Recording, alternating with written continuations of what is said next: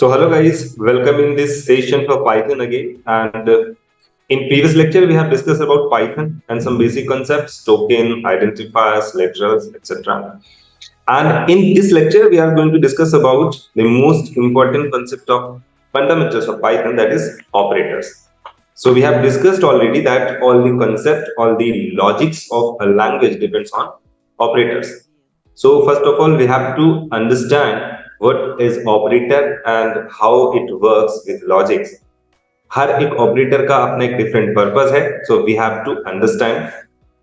So one by one हम लोग यहाँ पे प्रैक्टिकली देखेंगे कि कौन सा ऑपरेटर किस तरीके से काम करता है. And also we will see association and you can say precedence of an operator if we are using multiple operators in a single statement, single instruction. तो कौन सा operator first of all run होगा और उसके बाद second कौन सा run होगा, एग्जीक्यूट होगा, वो हम लोग यहाँ पे देखने वाले हैं. तो प्रैक्टिकल देखने के लिए हम लोग पाइथन का आइडियली यूज कर रहे हैं फर्स्ट लेक्चर से. मैंने बताया था कि जब ये कंप्लीट होगा तो हम लोग आगे एडवांस जब नमपाई वगैरह पढ़ेंगे तो वहां पे हम लोग जुपिटर यूज करेंगे या फिर गूगल कोलैब यूज करेंगे. तो बहुत सारे आईडी होते हैं, हम लोग फिलहाल यहाँ पे पाइथन का आइडियली यूज कर रहे हैं जो हमें पाइथन के साथ मिला हुआ है. तो ऑपरेटर बेसिकली क्या है?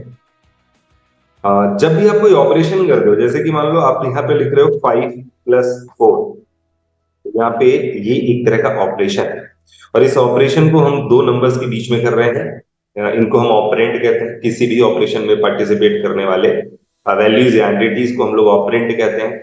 और इन ऑपरेंड के बीच में जो ऑपरेशन हो रहे हैं उन ऑपरेशन को करवाने के लिए जो सिंबल रिस्पॉन्सिबल है उसको हम ऑपरेटर कहते हैं. तो operator is a symbol that is responsible for the operation between operands. तो यहाँ पे 5 और 4 के बीच में एडिशन का ऑपरेशन हो रहा है, उसके लिए प्लस रिस्पॉन्सिबल है.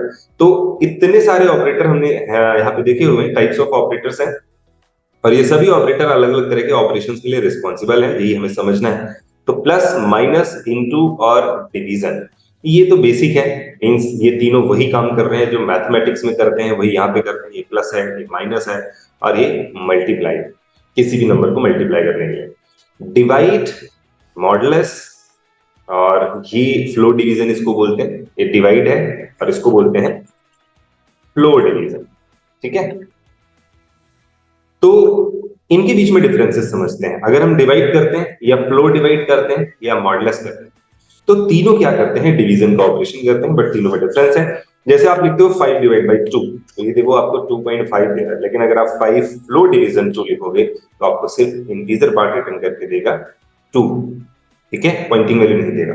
और अगर आप 5 मॉडुलस 2 करते हो तो ये रिमाइंडर वैल्यू देगा.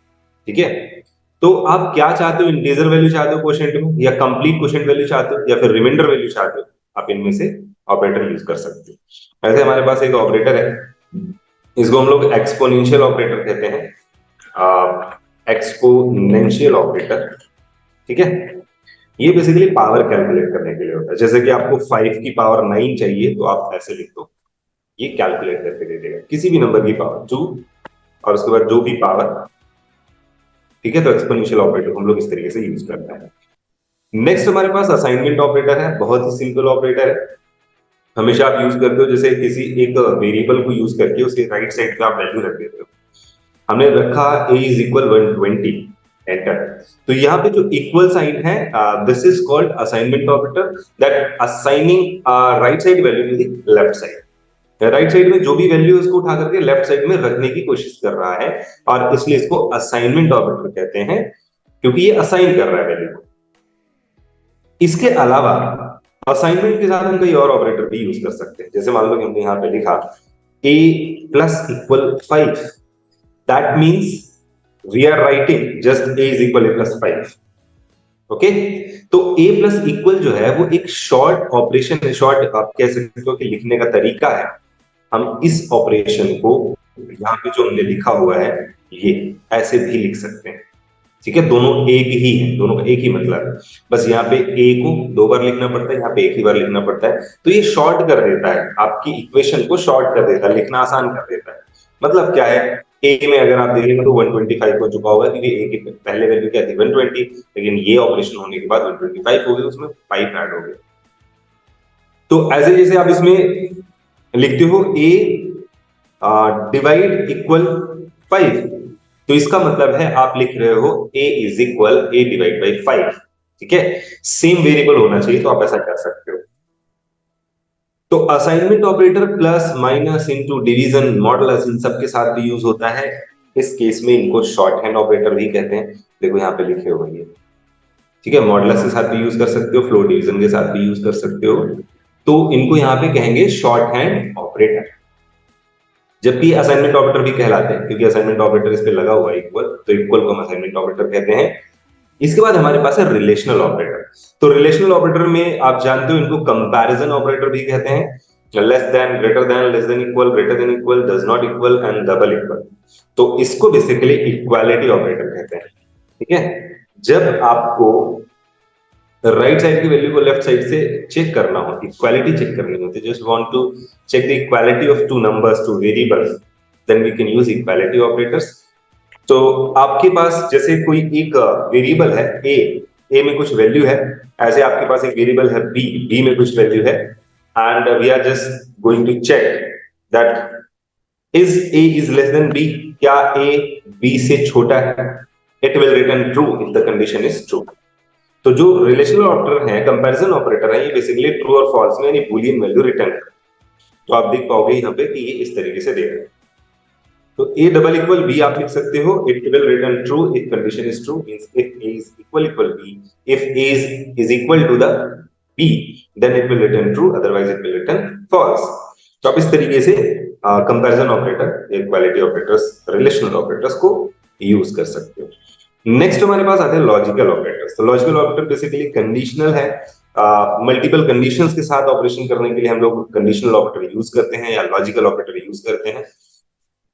So when we have multiple conditions and we just want to generate a final result, then we have to use logical operators. Like we have a condition a less than b, and we have another condition that is b is less than 0, and we want to generate a final result between two conditions. Then we can add and operator.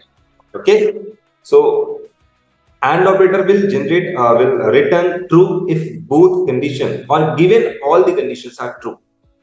And is a logical operator. It can take more than one conditions, 200, 2000 we can use, and it will take multiple conditions and will return true if all the conditions are true, and it will return false if any condition is false।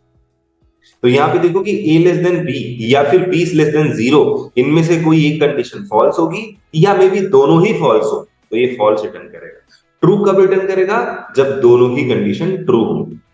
तो हमारे पास यहाँ पे बहुत सारी conditions हो सकती है, जैसे आपके पास हो सकती है less than b and b is greater than 0 and c is greater than 100 and b is less then 150, ऐसे करके जितनी भी कंडीशन है।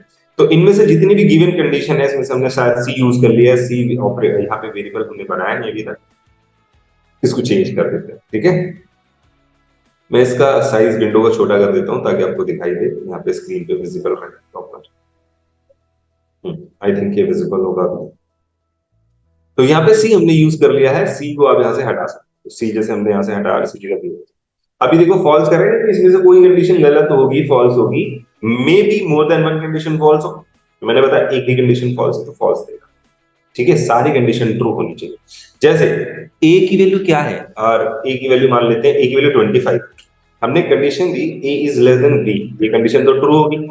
b इज ग्रेटर देन 0, ये कंडीशन भी ट्रू होगी, and a is greater than 0, ये कंडीशन भी ट्रू होगी। तो देखो ट्रू आ गया, क्योंकि तीनों कंडीशन ट्रू, ठीक है। और ऐसे ही और ऑपरेटर होता है, लॉजिकल और बोलते हैं इसको। यहाँ पे कर्सर रखो और एंटर रखो तो ये रिपीट हो जाएगा। इसकी जगह आप और रख सकते हो,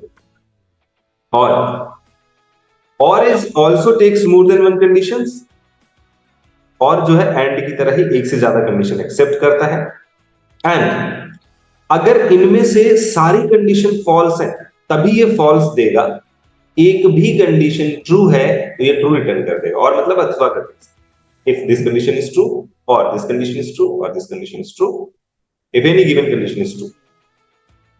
तो जैसे रियल लाइफ में भी होता है कि अब आपके पास कोई कंडीशन है, और जैसे मान लो आप अकाउंट ओपन करवाते हो तो आप उसमें बोला गया कि आपके पास 1000 रुपीज होने चाहिए, एंड आपके पास एक एड्रेस प्रूफ आईडी होनी चाहिए एंड आपकी एज ग्रेटर देन दिस होनी चाहिए, 18 होनी चाहिए। तो ये 3 कंडीशन एंड के साथ दी गई, तो तीनों ट्रू होनी चाहिए।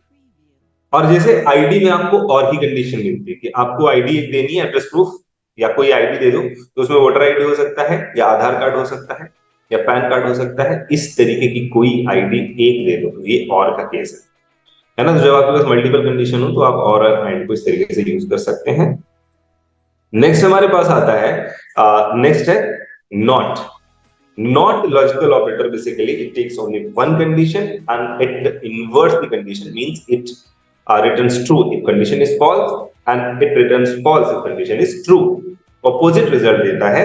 तो आपको not लिखना है and condition लिखना है। तो if a less than b, not के साथ हम लिख रहे हैं, तो इसका मतलब अगर ये कंडीशन ट्रू है तो ये फॉल्स कर देगा, ठीक है। और अगर ये कंडीशन फॉल्स है, मान लो ये कंडीशन फॉल्स है, तो फिर ये ट्रू कर देगा, ऑपोजिट रिजल्ट देगा। तो आई थिंक ये आपको समझ में आया होगा। कुछ आपको प्रैक्टिकली जब आप प्रोग्राम्स में इनको यूज करेंगे तो और ज्यादा क्लियरिटी मिलेगी। आइडेंटिटी ऑपरेटर है। आइडेंटिटी ऑपरेटर बेसिकली जैसे आपने किसी एक वेरिएबल को 90 वैल्यू दी है और दूसरे वेरिएबल को भी 90 दी है, तीसरे वेरिएबल को कुछ और दिया है, तो जब सेम वैल्यूज होती हैं वेरिएबल्स के पास तो उनको आईडी भी सेम मिलती है, एक टेक्निकल आईडी मिलती है। आप चाहो तो चेक कर सकते हो। ए की आईडी क्या है, आईडी नाम का एक फंक्शन है, उससे चेक कर लो। बी की आईडी क्या है, सी की आईडी क्या है। तो आप देखोगे कि ए और बी की आईडी सेम, क्यों? क्योंकि दोनों की वैल्यू सेम, तो दोनों को एक ही एड्रेस मिला हुआ है, तो एक ही आईडी है। तो बेसिकली आइडेंटिटी ऑपरेटर इस तरीके की आईडी के हिसाब से काम करते हैं। ए इज बी तो ट्रू दे देगा, ए इज सी फॉल्स दे देगा, और ऐसे ही ए इज नॉट बी फॉल्स दे देगा, क्योंकि इज नॉट का केस आप बना रहे हो। हमने कहा ए इज नॉट सी दे देगा। तो इज और इज नॉट आइडेंटिटी ऑपरेटर को चेक कर। जैसे मान लो आपने यहाँ पे सिंग वैल्यू दी है, बी को भी सिंग दे रखा है, तो आप यहाँ पे देखोगे कि ए इज बी ट्रू, इसका मतलब दोनों की वैल्यू सेम है, तो दोनों की आईडी भी सेम है, तो ये आइडेंटिटी ऑपरेटर है। और इसके अलावा मेंबरशिप ऑपरेटर होता है। जैसे मान लो आपके पास एक वेरिएबल एक्स है और इसमें आपने कोई वैल्यू रखी है, honesty is the best policy, ठीक है। तो यहां पे आपने लिखा सिंग इन एक्स फॉल्स, ठीक। और अगर यहां पे हम नॉट इन लगा दें, नॉट इन तो ट्रू, तो सिंग नॉट इन ट्रू, इसका मतलब ये हुआ कि सिंग जो है इस एक्स के अंदर एग्जिस्ट नहीं करता है। नॉट इन का मतलब ये होता है, और इनका मतलब होता है कि ये इसके अंदर एग्जिस्ट करता है, तो उसके हिसाब से ट्रू फॉल्स दे रहा है। अगर एग्जिस्ट कर रहा है तो इन मतलब मेंबरशिप ऑपरेटर है, इनका मतलब है ये इसका पार्ट होना चाहिए। जैसे मान लो कि हमने यहाँ पे इसकी जगह पे वापस लिखते हैं, यहाँ पे लिख लिया हमने बेस्ट इन एक्स, तो बेस्ट जो है वो एक्स में है ट्रू, क्योंकि है एग्जिस्ट करता है। तो इस तरीके से मेंबरशिप ऑपरेटर काम करते हैं। So that's all for this session. Next session में हम लोग एफएल्स डिसीजन कंट्रोल स्टेटमेंट्स पढ़ेंगे। So thanks for watching, like share and subscribe the channel.